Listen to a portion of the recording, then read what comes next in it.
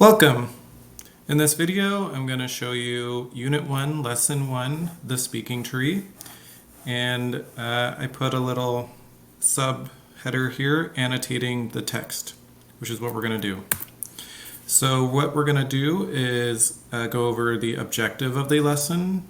Then I'm going to show you how we do the lesson, and then finish with an overview of the assessment, which is going to be after you turn in the assignment online.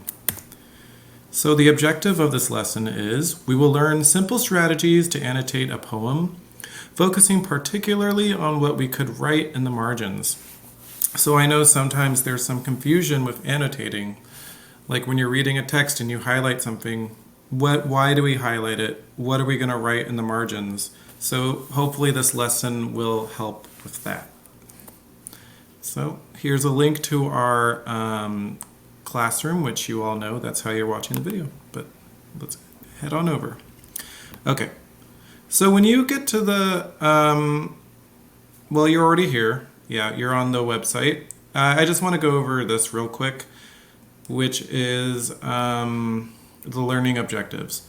So the standards that we're going over are to write informative explanatory texts, to examine and convey complex ideas, concepts, and information clearly and accurately through the effective selection, organization, and analysis of content. And then the next standard, which is reading standard 4, determine the meaning of words and phrases as they are used in the text. So that's why we're annotating. We're going to learn some really simple strategies to do that. All right. So what I'm going to do is click this button here, and it'll take me to Google Docs. What I want you to do is click File and make a copy. So we're going to make a copy, and I want you to write your name. Actually, write your last name, first name, and then underscore speaking tree. Make a copy. Okay. So now we have our own copy. This created a copy that will not affect the original one. In fact, when you click the document, you're not going to be able to edit it at all. It's just a viewer, it's in viewer mode. So you have to make a copy in order to edit it. Okay. So how do we annotate? Well, that's the great thing about Google Docs. Let's see. What you can do is, first you're going to read it, but I'm going to let you do that in your own time. I'm just going to focus on the directions. Say I'm reading the poem, and I come across a word that I don't know that well, like genealogy, let's say. So I'm going to highlight it and click the Add Comment. Notice that it highlighted it automatically, and there comes a text box on the right there. So I'm going to write definition of genealogy, question mark. And I'm just going to, oh, I spelled it wrong. Okay, so I'm just going to comment it right now. And then I'm going to continue reading. Oh.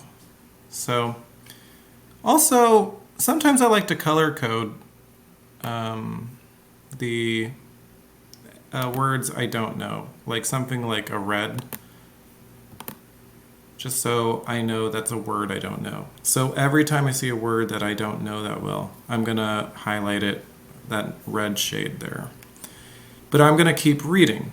So we have this here, and I'm going to read and annotate more.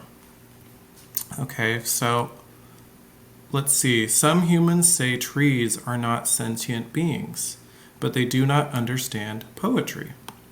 So I'm going to highlight that, and I'm going to hit the Add Comment. So what could we write about that? Well, I'm going to say this interested me, this phrase interested me because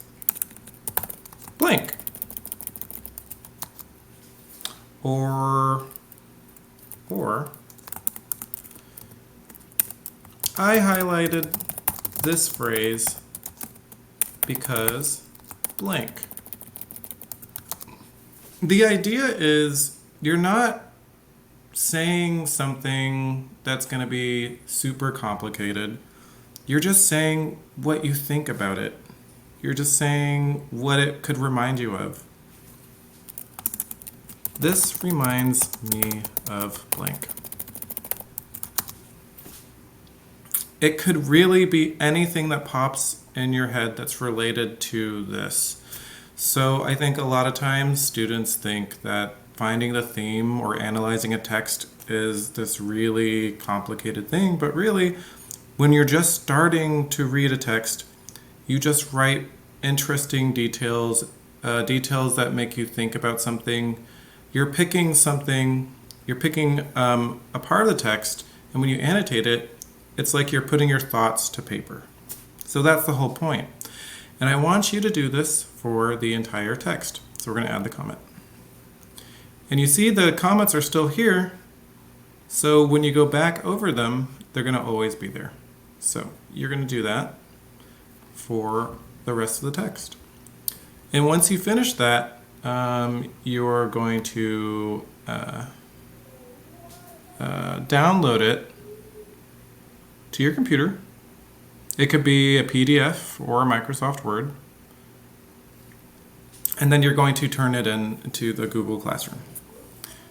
All right. So now what? Once you've done all of that, we're going to go back to the website and you're going to take the assessment, which is embedded in the website page. So you're going to write your first name, your last name, and then you're going to answer this question. Please write a phrase you highlighted in your notes and answer the following question in at least 3 sentences. How would you summarize the quote you highlighted? What do you notice about the word choice of the writer? So if you had done the assignment, you should be able to do this. You're just putting your thoughts to paper in 3 sentences. So I hope that helps.